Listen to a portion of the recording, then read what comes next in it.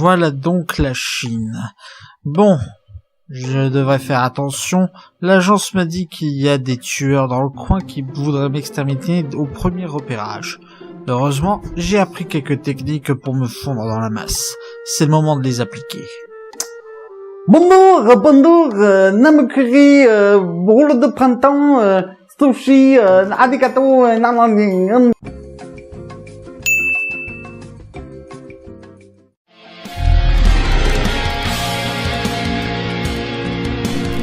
Détective D 3, film de Tsui Hark et scénarisé par Zhang Qialu, avec Mark Chao, Carina Lau, Shao Fengfeng et Kenny Lin.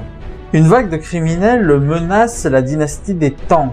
Alors que la famille impériale est passée sous protection, le détective D mène son enquête et va découvrir un complot qui mêle aussi de la magie. Ce film est donc le troisième film de la trilogie Détective D. Trilogie dont j'avais entendu beaucoup de bien et dont la découverte a été assez décevante. Et c'est pareil pour ce film. L'avantage ici, c'est que ce film a les mêmes défauts que ses prédécesseurs. Du coup, vous pouvez considérer cette critique comme une critique 3 films en 1. Bon, déjà, commençons par les points positifs, et le premier d'entre tous, ce sont les décors. Les décors sont magnifiques, ils sont travaillés, ils sont bien mis en avant, on est vraiment immergé dans un environnement de Chine traditionnelle. Le film a globalement une très bonne photographie et une très bonne gestion de lumière. Il faut dire que Tsui Hark, le réalisateur, dans sa filmographie, a déjà prouvé qu'il avait une très bonne maîtrise de la nuit et des ombres. Je dirais bien que le film est beau esthétiquement, mais on reparlera de ça plus tard. La musique est très bonne aussi, elle est entraînante et elle a ce côté épique asiatique très particulier. Je dirais que son plus gros point fort niveau musical, c'est son thème principal. D'ailleurs, à un moment donné dans le film, il y a une reprise de la marche des Valkyries de Wagner. J'avoue, j'ai pas compris. Une chose que j'ai beaucoup aimé dans ce film, c'est le travail des relations entre les personnages. C'est très bien mis en avant, mais j'ai envie de dire heureusement que c'est le cas parce que en dehors de leurs relations, j'avoue qu'on s'en fout un peu de ces personnages. Je me souviens surtout de la relation entre Chatuo et Reflet de Lune, qui est à la fois mignonne et le centre principal de l'humour. Humour qui marche plutôt bien, on se surprend à rire très sincèrement dans le film. En fait, plus j'y pense, plus je pense qu'il y a un côté manhwa dans ce film. Pour ceux qui ne situent pas, les manhwa, ce sont les mangas chinois. Je dis ça parce qu'il y a un esprit très shonen dans ce film, que ce soit dans l'humour, dans les péripéties ou dans les chorégraphies. Chorégraphies qui sont juste excellentes, surtout pour les scènes d'action. Mais ça fait longtemps que Tsui Hark nous a montré qu'il était le maître en la matière. Si vous voulez voir de quoi il est capable, je vous conseille le plutôt bon Seven Swords. Petite amélioration par rapport aux autres films, celui-là gère mieux ses deux sous-intrigues. Les films Détective D ont toujours deux sous-intrigues qui se mêlent en une seule intrigue. Sauf que dans les deux précédents films, j'ai toujours trouvé cet entremêlement beaucoup trop hasardeux. Mais dans ce film, c'est plutôt bien géré. Bon, dommage que les autres points ne soient pas améliorés dans ce film. Je crois qu'il est temps que je parle de mes problèmes avec.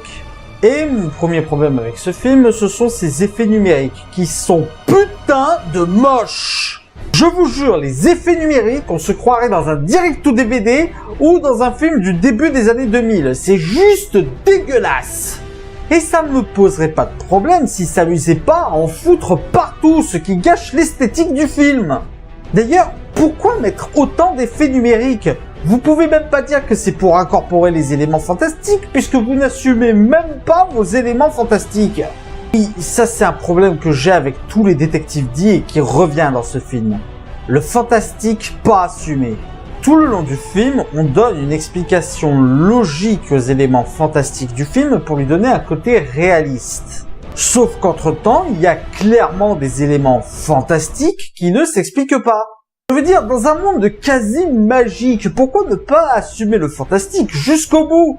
Vous avez un putain de Yeti dans ce film. Faites pas le genre que vous voulez raconter juste une enquête.